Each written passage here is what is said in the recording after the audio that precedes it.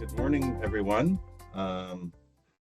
We'll just wait 1 minute or so as people join, but I just like to welcome Dr. Diana Rechid here today, who's going to be speaking to us. First, I'd just like to introduce FOCAL, which is a European Union project working to make climate data more actionable by integrating artificial intelligence, high-performance computing, and Earth observation data, and also looking at the impacts of that on more regional and local scales. And today we're going to hear we have a series of workshops that OGC, Open Geospatial Consortium, is helping host. I'm here with Ryan Hiola from Natural Resources Canada. He's also a co-chair on the Climate Resilience Domain Working Group. And so with FOCAL, BioClima, and us, we're hosting a series of workshops. And today we're going to have Dr. Diana Rechid, head of the Department of Regional and Local Climate Change at the Climate Service Center, or GERICS in Germany. And she's an expert who works at the intersection of regional climate modeling and land-atmosphere interaction, and things like incorporating things like human impact and land use. So with a PhD from Max Planck Institute of Meteorology and extensive experience as a lead researcher in the WCRP Cortex-Lucas project, Dr. Rechid specializes in how human-driven land use change influence regional climate systems across Europe. In this workshop, she'll focus on the availability of climate change data for integration into workflows for localized climate change assessments, and share her deep expertise in developing climate services and Earth system models to provide insights and to regional impacts and support regional simulations, ultimately addressing climate change at the local level. So without further ado, I'd like to pass this on to Dr. Diana. Oh, thank you so much for this nice introduction, and thanks a lot for hosting this webinar. It's a very nice format. And if you allow me, I would like to say one word about the place where I work, so at the GERICS Climate Service Center, Germany, because we are an interesting organization, quite young, so founded in 2009.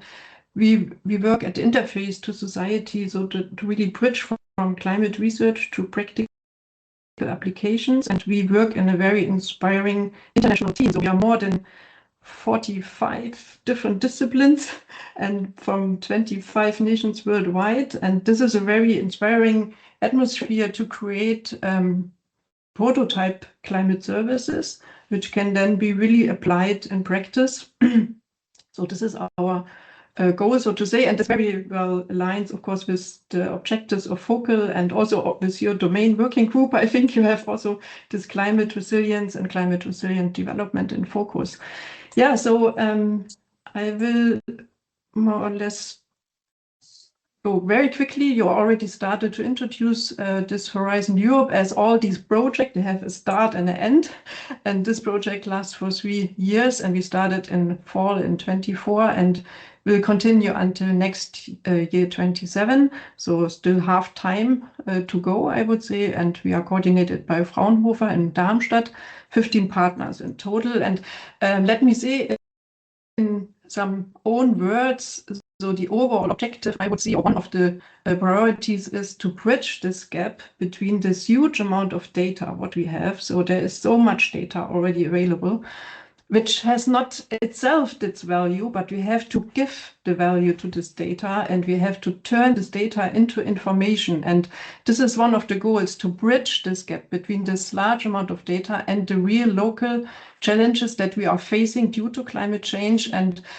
what we need, exactly what we need to deal with these challenges. And here you can see with these pilots, so urban pilot, forest pilot have been chosen, and these address scales that are very local, so urban areas and really individual forest areas, for which we of course need then also very high resolution data, and this is the main focus of this presentation. And just to give you some context, in one of the work packages, we apply this co-design process where we have key partners also in the project from cities and from forests that are partners, key partners in the project, and then can provide us links to practitioners in their cities and in their areas. And we have developers and scientists in the focal project, and in a kind of an iterative process, we exchange through interviews, workshops, surveys, and so on.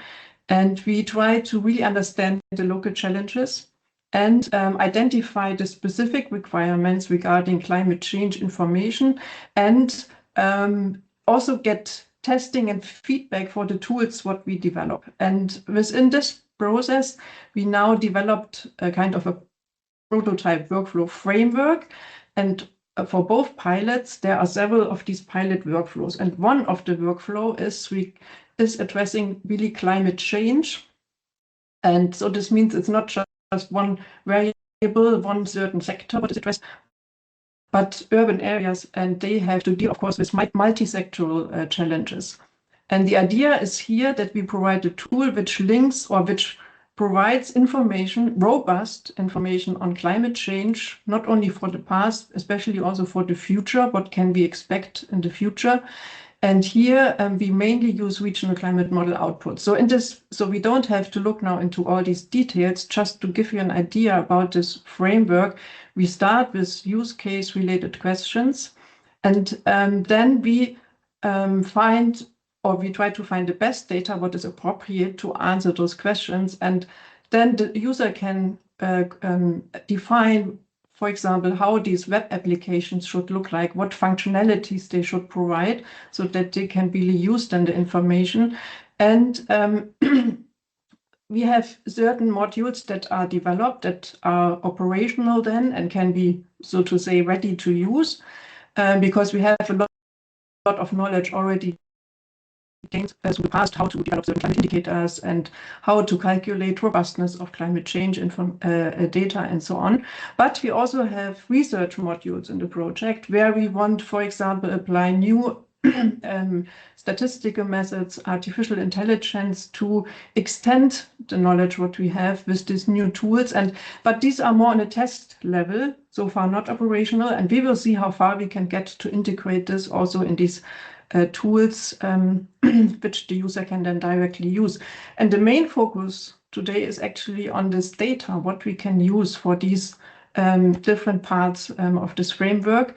And here, of course, climate model data is very important. And we will look at first some observational data, what we, of course, need for the past. And if we want to look into the future, how the future climate could evolve, then we, of course, unfortunately don't have any observations. The only tool, and it's great to have these tools, we have climate models that can be applied to do future projections. And here we will focus, because we address these high resolution, these large local scales, regional climate change projections. And there are now also new developments where we can move further towards the urban scale. So if we look at the observations and their development over time, we see a lot of increasing different kind of observational capabilities. And but what is very important for climate assessments is that we really have these long-term observations. And here, of course, a very big value in these long-term measurements at stations from the end of the 19th century, which directly measure on the ground temperature, pressure, wind, radiation, and so on. And then we have more and more different observational methods. And in the end of the 20th century, we have these nice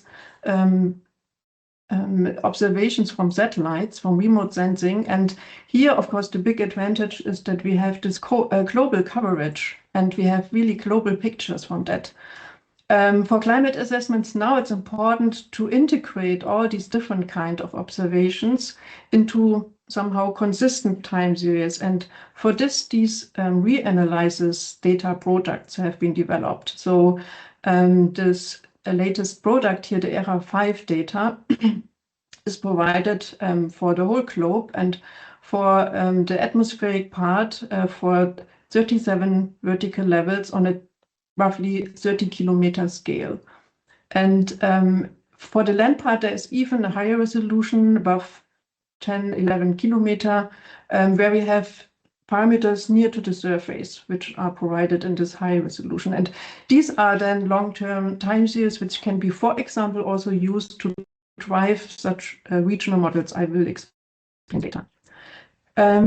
Yeah, and these different observational campaigns collected a lot of data and somehow derived this annual global mean temperature. And if we compare the temporal evolution to this pre-industrial time 1850 to 19, we see here the temperature difference to this time period. And we see, of course, from year to year, this interannual and also from decade to decade, this decadal variability.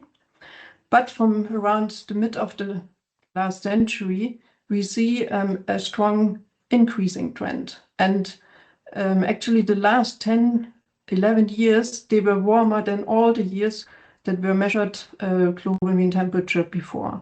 And in 24, it was also the first time that we crossed this 1.5 degree threshold. And you see the HUD crew data, NOAA from NASA, the data, and they are very similar, especially during the past decades. And then here you also see these reanalyzed data from Europe, from Japan, and from the US. And they show a very strong agreement. When you go then to regions, you have often specific data in higher resolution available. And here for Europe, we have this EOPS data set, what is available from 1950 to present. And this is data directly derived from stations.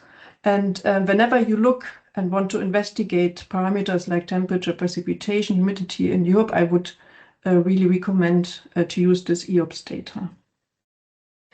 Yeah, here you see again in this table an overview of some appropriate data sets. This grew again, but it's only 50-kilometer data. You see satellite products, the ERA data, and of course, for individual countries and nations, we also have higher resolution data often available. So for example, US data, I think, meanwhile, it's also available on 1 kilometer. And this is, of course, very important if we want to do also model validation on this high resolution and if we need high resolution training data. And this is the case for other nations and countries as well, but it's still a quite patchy distribution over the continents. Okay, if we want to look then into the possible future climate evolution, we need those climate models. And in the last webinar on Tuesday, who participated there, you got already a nice insight into how climate models work. And a very nice tool now to bridge between these global scale models, so coming from global emission scenarios, which are fed into these global models, and the local assessments are regional climate models. And here we have in Europe the nice situation that we have a very large ensemble available on a comparatively high resolution, this 12.5 kilometer resolution. And based on this data, you can start to investigate, for example, climate change signals on this county scale, so the NUTS 3 scale, what is available, and derive really robust information for these different climate parameters that are provided by the models. Coming back for a second to this principal method of developing climate change projections. So they are, of course, something completely different than the weather forecast. The weather forecast, you need all observation what you can get, and the better your current state and the initial conditions, the better is your weather forecast.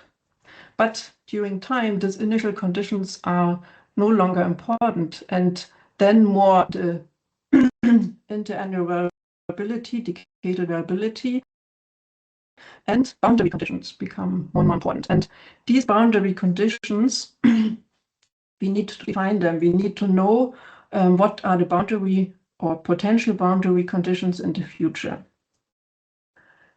Yeah, this overview, what we need to consider in these climate change projections: internal climate variability. So this means that we cannot only simulate atmosphere, but we have to simulate the whole climate system. So the ocean, land, and all these different compartments of the climate system. And these multi-decadal variability, for example, are caused by large-scale interactions between the ocean and the atmosphere. So this El Nino, Southern Oscillation, North Atlantic Oscillation, Pacific Decadal Oscillation, for example.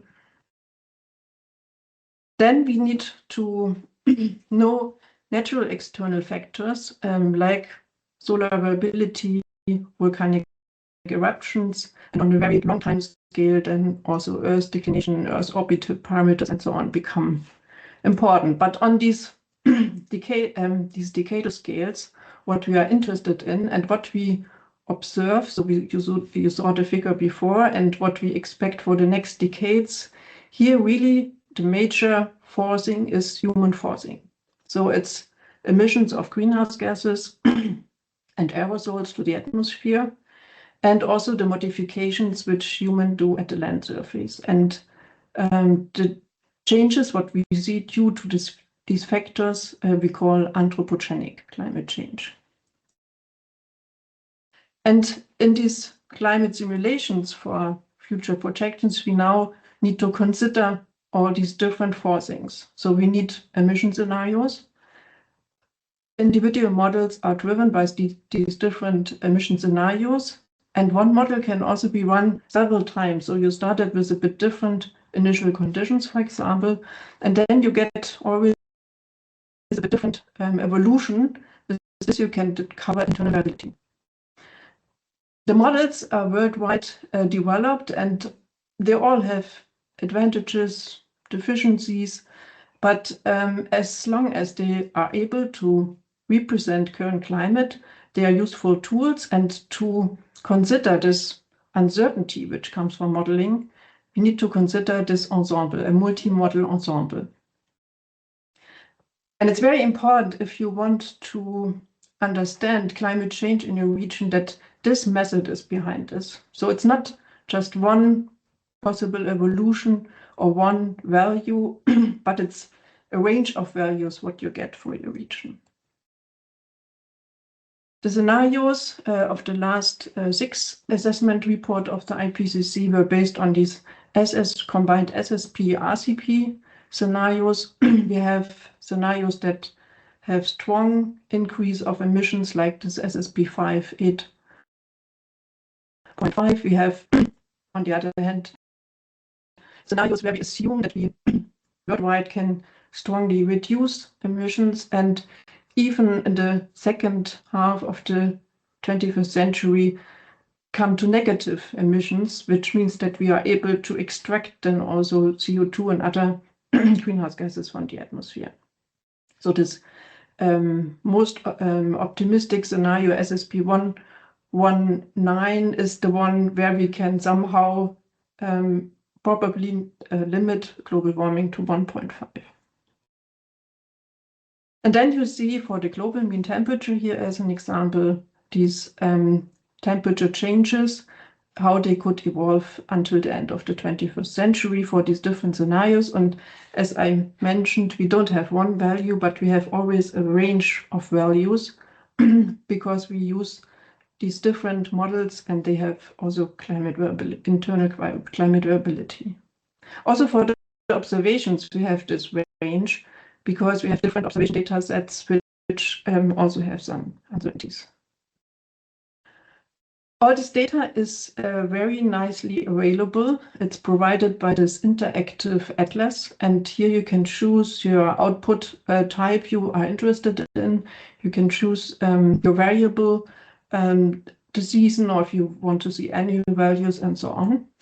And then you can also select your region to get area averages. But as you can see, these regions are quite coarse. So it's really impossible, for example, to identify any information for a city like Hamburg, Darmstadt, or Constance. And this is why these tools, regional climate models, had been developed in the late 90s. The development started, and in this models, you do the same calculations as in these global models, but you have a three-dimensional section, so to say, of the globe. So you have a limited area.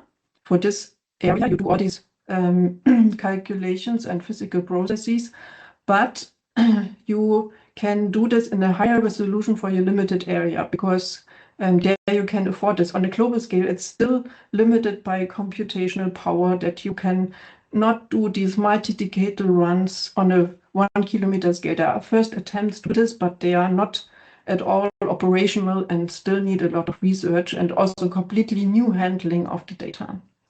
So these tools, regional climate models, limited area models, are still very nice tools to go to scales nowadays already around 3 kilometer.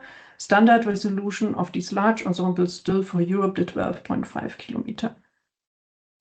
On the boundary, they always need the global climate model data. So every 6 hours or 3 hours, you prescribe the large-scale forcing to these models, and then they simulate inside their domain all these physical and dynamical processes on a higher resolution. And the nice thing is that you, instead of global model input, you can also use this reanalysis data as input, so that you, for example, can do simulations for the past and do a nice validation of the model, how it represents really the current evolution of and the past evolution of climate. Yeah, you have, of course, then the challenge that if you have a higher resolution, you also need higher resolution input data. So your lower boundary needs better data for how is land cover distributed, how are soil parameters distributed, and so on. And these regional climate models, we of course also consider the aerosol and greenhouse gas forcing, and partly it started now also to consider land use changes. The output data we have for all these different, for example, 70 vertical levels, output for pressure, temperature, wind, cloud, water, and so on. And for two-dimensional fields, so for example, at near to the land surface or top of atmosphere, we have in total more than 130 variables which are computed. And partly they are computed really on an hourly scale.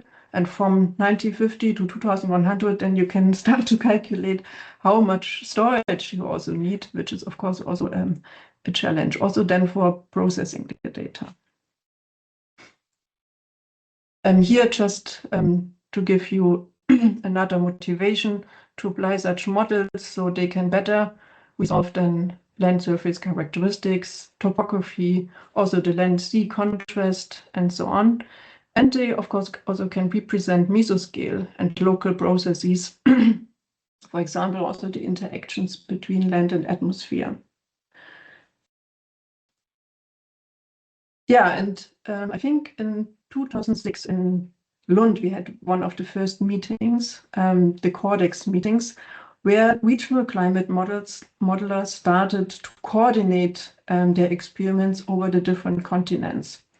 So this means that for individual regions, modelers sat together and defined their domain. They defined the driving fields, they defined the resolution, and then all modelers applied this setup so that in the end you can evaluate jointly and do intercomparisons.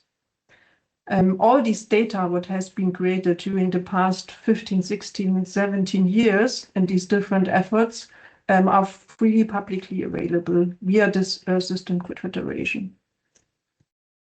And there is one coordinated effort which coordinates across the different continents.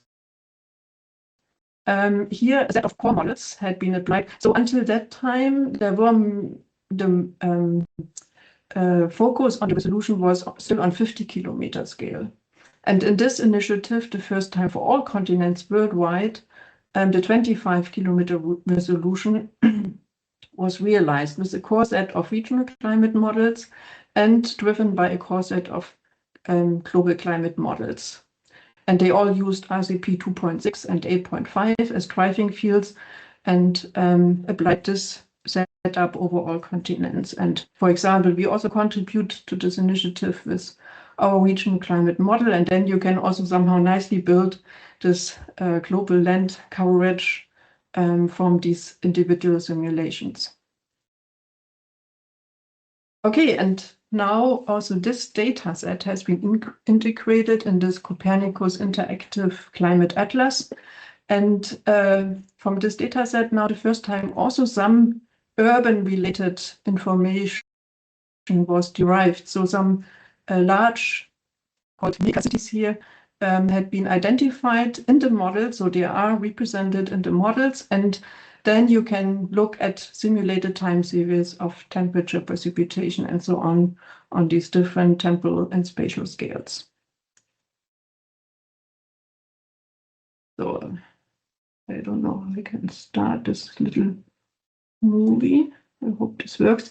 Yeah, so for Europe, we have this initiative called EuroCordex, where we do coordinated downscaling experiments on the 12.5 kilometer resolution. And meanwhile, there has been a large ensemble, many GCMs drive several RCMs for several scenarios, has been established.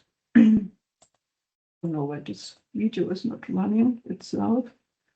So it should evolve. The temperature change is visualized here for the median value of these different models.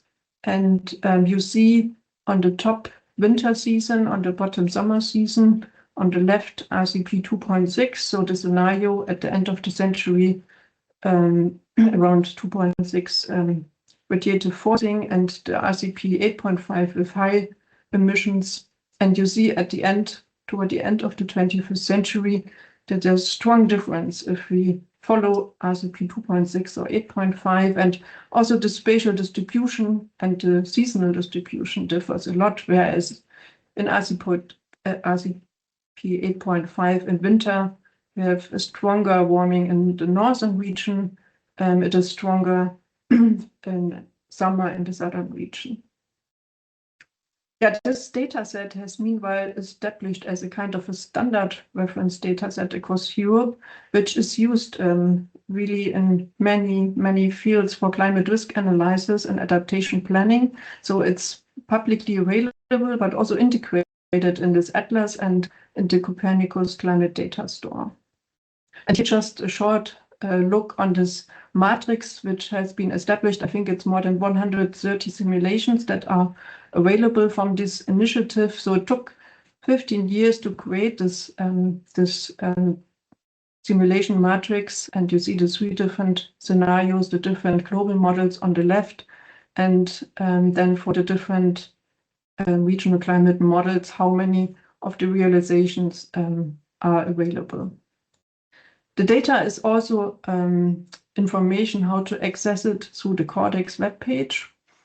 And on this webpage, you can also see the status. So what I presented was the data driven by the last generation of global models.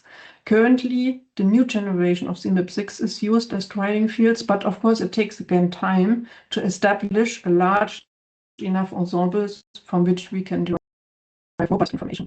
And if you want to follow the status of these downscaling simulations, then there is this downscaling plans link on GitHub and an overview of all regions worldwide, also what is planned in the different domains.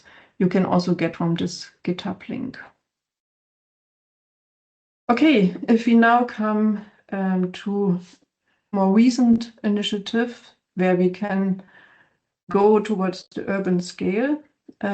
Let's just start again here from the global scale, global models, which currently on the micro-decadal scale still have this around 100, between 1 and 200 kilometer resolution, and that's difficult to derive information for urban areas. Also in the GERICS ensemble and the data with 12.5 kilometer, it's not easy. So you start to see characteristics for urban areas, but still, for example, on the summer day here, the simulated near surface temperature, you cannot see this nice heat island effect of the city, and also the water from the Elbe River, which has a cooler temperature. You just can really nicely see the spatial pattern on a 3-kilometer resolution. So for regional climate models, this is a big jump from 12 to 3 kilometer because this non-hydrostatic approximation is no longer valid, and you need you need to change your dynamics of the model to be able to and also the physics because you start to resolve, for example, convection, because this is these simulations or these tools are then also called convection permitting regional climate models. So, and because they need, of course, more computing power, it's still limited to certain sub-regions of continents. So it's so far there is not a Europe-wide simulation on 3 kilometer or 2 kilometer available on this multi-decadal scale, but it's more on sub-regions which are defined and then used by several modeling groups to build a kind of an ensemble. And for example, in this Impetus for Change project, it's really urban areas in the focus.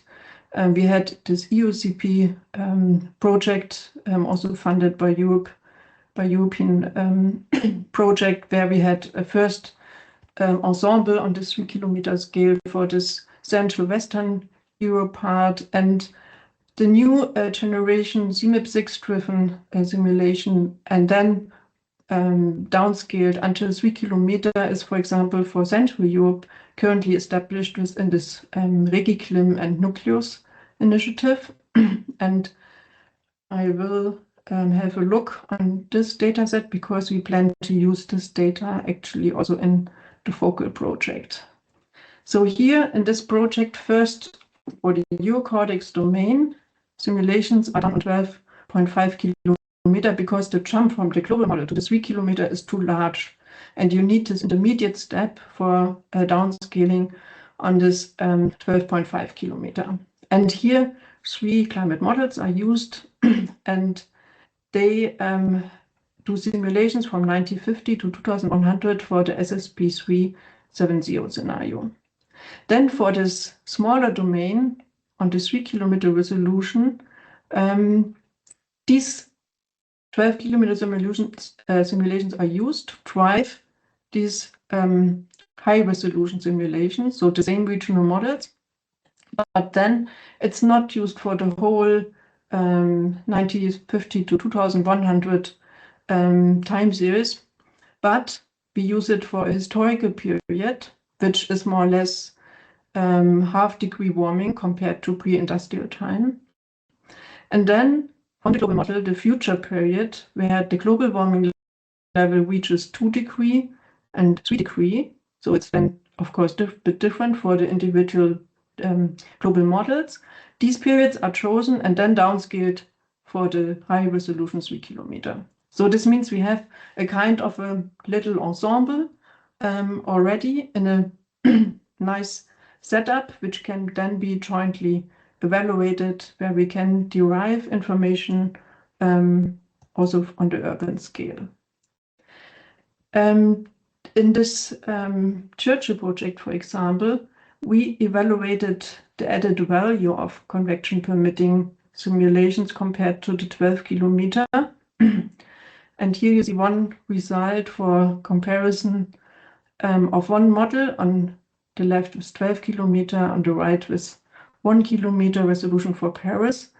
And yeah, you see it's obvious that in the left simulation it's not well covered, this high pronunciation of the higher summer night temperature compared to the surroundings in Paris.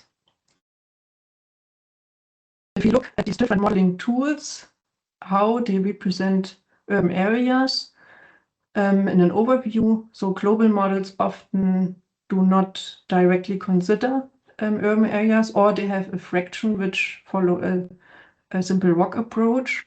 The regional models, for example, in this GeoCordex ensemble, which are used then on this 12-kilometer scale, they have considered areas, but still with a very simple parameterization. So even ROC approach, so that they just prescribe certain parameters for this urban area, or they have a simple urban canopy model. The convection permitting regional climate models, then of course urban areas are better resolved and become more and more important, and here models start to implement really more advanced schemes like these canopy models, where you also can consider anthropogenic heat, for example, and the different distribution through streets and buildings. But you do not really resolve individual buildings on a 1 to 4 kilometer scale, but you somehow parameterize this. So really to distinguish from these micro scale models, so they can run below 100 meter, go to 2 meter resolution, where you need the whole distribution of buildings, streets, and so on in your city. But this you can only do for individual years, or on the 2 meter scale, even only for individual days, this simulation. So this is not the climate scale what you can cover with those models, but you can add on your investigations for your city, how, for example, a hot day and the conditions in the city will distribute for such a day in your city. Yeah, and in the regional climate models, often we use this tile approach. So we have a certain fraction of the Quetzal, which is land covered by lakes, covered by sea ice, covered by urban, and so on. And in this urban fraction, some models use this advanced urban canopy models. Of course, we also need better input data, how land cover and also especially urban areas are distributed over this time period where we do the simulation. So we need consistent time series for the past, and if we continue to the future, which are consistent also to the future evolution. So this is very important, and we need them in a high resolution. And the last figures show you now again a comparison for Paris. Paris is often chosen as case study because we have a lot of observations available there. You see for 4 different regional climate models here on the 12-kilometer scale how they simulate this city. And it's the urban heat island effect, so the difference of minimum nighttime temperature within the city and the surroundings. And you see that some 12-kilometer models strongly overestimate the effect, others do not represent it at all. If we go then to the 3-kilometer, you see clearly this added value. You have the spatial pattern covered, and the best match, so to say, between the observations we see in this H-CLIM model here on the 3-kilometer, which also has this advanced urban canopy model included. Yeah, and then if you look at the temporal evolution of this urban heat island index, it's always better covered in the 3-kilometer resolution and best covered when you really use this advanced urban schemes.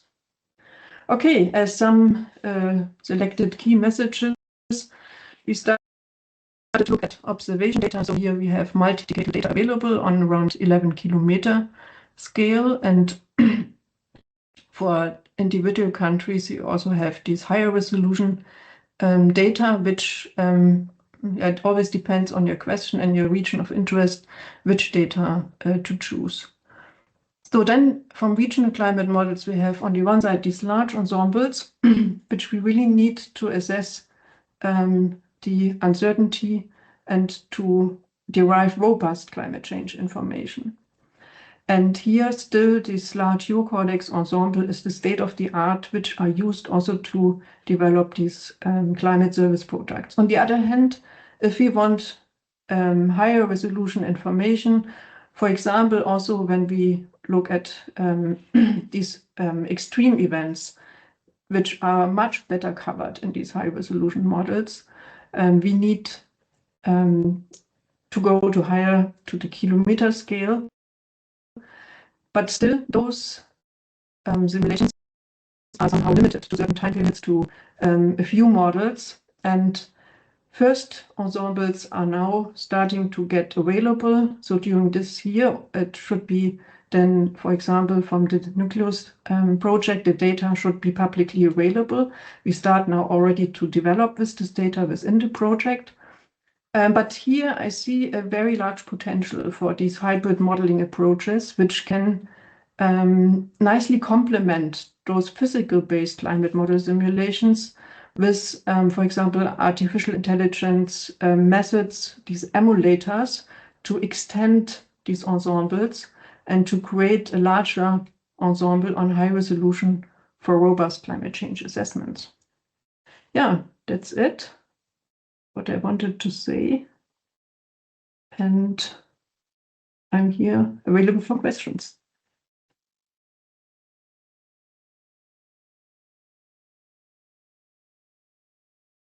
All right. Well, thank you very much, Dr. Dana Rechid, for that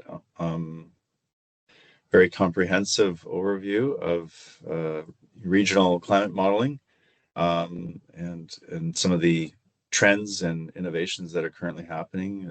Certainly, that's interesting on the hybrid modeling approaches with AI. I'm sure there's lots we could talk about there. So yeah, that was very informative. Appreciate your insights. We'll open up for questioning, and maybe just to kick it off, I had sort of one sort of broad general question. What would you say is the biggest challenge right now in terms of either on the downscaling side or on assessing potential impacts of climate change at the urban scale? What do you sort of see as the biggest barrier right now? Is it the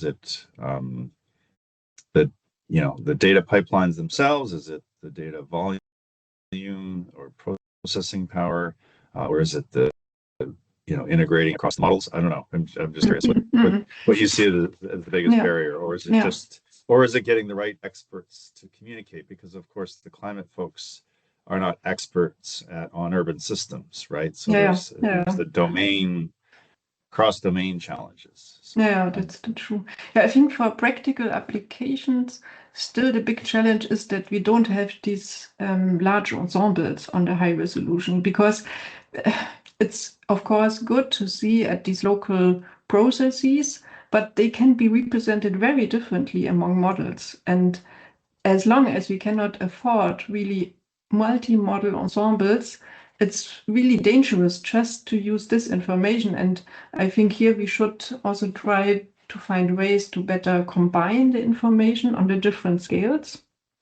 And for the simulations itself, I think one big challenge is the availability of high resolution observation. So we need to validate our models. And if we don't know what happens in the real world, so then it's really difficult to say, okay, this model is right or wrong. And on the other hand, so now maybe you heard of these global initiatives where we want to simulate the whole globe on a 1 kilometer. And it works. It is shown on examples. First experiments are there. But you need completely different handling of the data, because the amount of data is exploding. So if you want to store all this data, it's not possible. So we don't have the capacities. So of course, the computing time, it's also challenging to provide such large computing time. Then such a big high performance computer is blocked for large parts if you run these big simulations. But then where to put all the data, what you create. And it means a completely different handling. Before you start your simulation, you need to know what you want to know, what you want to investigate, what you want to analyze later. And partly you define beforehand the kind of parameters and analysis you're interested. You do it on the fly during your run. only store this data and the rest is gone. So it's really difficult. And so there are initiatives where also this is investigated. And yeah, I'm very curious what will happen, if there will be again a jump in computing capacity or storage space, or if it's really that we have to change also our traditional ways of processing the data. Right. I was just going to mention, I forgot to mention Alan Jameson, who's also with the Climate Resilience Domain Working Group from OGC from our side. And I was just going to say that if anybody doesn't want to come, you can either come on, turn your mic on and ask a question, or you can ask it in the chat and I will read it out. Just to follow up on what you just said, the volumes of data and the scale, I've been around some discussions recently on AI, and the challenge there is if you just turn AI loose on something and it makes massive requests, your whole system will just bog down. So the challenge is to kind of constrain your AI to ask more general questions at a lower resolution, and then, you know, reduce the extent or the scope as it asks more high resolution questions, so that you're not, like, you know, bogging down the system. So that's a challenge. Yeah. I was curious on the AI side. Are you know, one of the big challenges with AI is, well, what do you mean by AI? Because there's LLM, and then there's you know, geospatial foundation models and all different types of AI out there. As far as my understanding is, geospatial foundation models are largely geared towards Earth observation data. Have there been any foundation models developed specifically for climate data or data cube analysis as opposed to remote sensing analysis? Because, of course, a data cube, you just throw that at a language model at that, it doesn't really understand that data structure. Yeah. So what I had in mind when I talked about this hybrid modeling is so machine learning methods that are applied to learn from the existing simulations. So you need still the physical-based simulations, and the best thing would be that you somehow cover the range of your ensemble, so that show low sensitivity, high sensitivity, medium sensitivity. Then you can use those algorithms to learn in the data somehow the dependencies and processes, and then you do the simulation again and again and extend your ensemble. So it's not that you produce a completely different data set. And I'm also very skeptical if you want to further downscale and you just do it with AI. I think it's dangerous. I think it's dangerous. We still need the physics-based modeling and can extend this so that we have a large ensemble and that we can derive more robust information from that. I think this is a very good approach for the future. But really to go this super resolution downscaling, I'm still... So of course you can somehow link better to high resolution information, what you have in your region, but you do not really cover physical processes which we even do not observe at the moment. So in the future, a lot of changes will happen, and there's no data to learn from that. And we need first the data to learn from this. I think it's completely different for weather forecast. And I think there are a lot of these foundation models available that are successfully applied and used for weather forecast. And we see a lot of improvements in this field. But for the long term, to simulate really the long-term evolution and the processes that happen in the climate system and that will change in the climate system, these feedbacks, I think that's very challenging, and we still need the physics-based modeling to cover this. Yeah.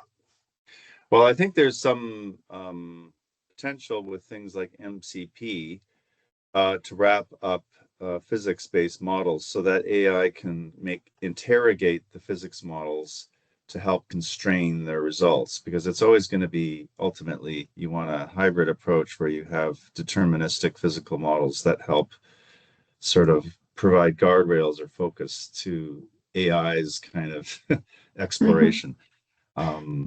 Yeah. Interesting. And then from a OGC perspective, we're always interested in open standards. And it seems to me that the type of standards that the scientific climate community uses, things like NetCDF and ZAR, are going to be maybe quite different than the kind of standards that you would need in order to collaborate at the local level. So, and then the flip side is also true, even though you're doing a lot of models in these data cube type systems, you have to bring in a much wider range of data from the urban scale or the forestry scale uh, to force the model or to influence the model. So bringing in buildings data. So it seems to me that there might be some standards gaps there. Have you done any work in that area, or have you seen certain standards that have helped to be an interface, or you just index everything onto a grid in a GeoTIFF? Like, yes, I'm just curious what your views are. Yeah, so in the climate arena, we still work with all the data with NetCDF. So it's really that, so for example, in this Earth System Grid Federation, all the data is provided in NetCDF. And a lot of tools can also deal with NetCDF meanwhile. And all the information, what you need as meta information for the data is there. And before we upload, for example, our simulation results, which are still somehow in individual formats of, if it's even NetCDF, it's somehow individual for your model. We first do apply standards with this called summarization, where we change, for example, the names of the parameters according to these international standards, where we adapt the data in a way that it's really the same format and same information as the other models provide. And this is then uploaded. And so it's easier for users to work with this data because it's really harmonized and follows these standards which are defined beforehand by the different modeling groups. I think for fast access of the data, this SAR format is, of course, a very interesting format. I'm not the expert there, but I understood if we want to have fast access through these cloud systems, we need the SAR format. And if we want to provide the data to users directly on their desk, I think this is the way to go, that you have the access to the cloud. It brings you to your web application, and this provides the user can then ask certain questions to this data, and then the data is processed in the back and gives you the result on your screen. I think so that you really put also the compute request what the user has to this S3 cloud, so that the data don't have to transport it to a different computer, and that you put the compute to the cloud and process only that what is needed to answer the question of the user. If we want to combine it then to remote sensing data, to local data, I think GeoTIFF is discussed also in the project, that this is a possible way to go. So I think, of course, then also if an urban planner wants to integrate then the result in his local system, the GIS systems are used, and then they need maybe also some specific formats. But as long as we provide consistent data and provide all the meta information, I think one can deal with this, and one can also learn to understand the data. Yeah, and I guess even having templates available, because I noticed one of your earlier slides near the beginning, there was this idea of, I can't remember what, it was the one where it was going up and down, and it was something about like different use cases and prototype workflows. And so I guess if there are templates for those, then you can provide examples. Exactly. It's not going, that pattern is going to be similar whether it's Paris or Vancouver. The idea of bringing in the RCM and integrating it with maybe some of the local models and building, doing hybrid approaches. Showing people how to extract data from ZAR and GeoTIFF and bringing it into, let's say, a GIS context for planning. So maybe that's one of the challenges, is just providing some of these and documenting templates that people can use. Yeah, cool. Brian or anyone else? Alan, did you notice any other questions that people had? Don't want to. I don't think there's anything in the chat at Yeah, all. But yeah. Alan, did you want to comment on COGS and Zari from your perspective? it was just to follow up on the discussion about exploiting cloud computing, high profile, high speed computing systems, that there are specific cloud native standards that will allow you to do that. So COGS is the latest and greatest version of popular TIFF format. TIFF's been around since the 1980s, and COGS the latest one that would operate across different cloud platforms. Maybe a bit of a solution. And ZAR is the other one that's already been mentioned, but maybe of use. Thank you. Yeah, the nice thing about COG, it is still a GeoTIFF. And so basically anything that can read a GeoTIFF can read COG. It's just that it needs to, you can correct me, Alan, but my understanding is that if you want it to be cloud aware, then it needs to, be like a COG smart client in order to exploit the, extents queries. But yeah, it's a nice approach to kind of a serverless architecture, because you can just put the COGs or ZAR in a bucket, and the client will only read what it needs. I have a 32 gigabyte DEM of Canada, and if it's it's just a big cog, and if just query for Vancouver, it still takes a few seconds to read it. It only downloads what the actual data, the extent data that you query, and presumably, my understanding with ZAR is you just provide an XYT range typically to get a spatial temporal range. So yeah, I think those hold some promise. I did have a question. I know we're running a little bit low on time. About, let's see, is there anything like analysis ready data? So there's the term ARD for Earth observation data, where you have a kind of a standardized interpretation that's more readily usable across different domains, as opposed to just say the actual raw data out of a sensor.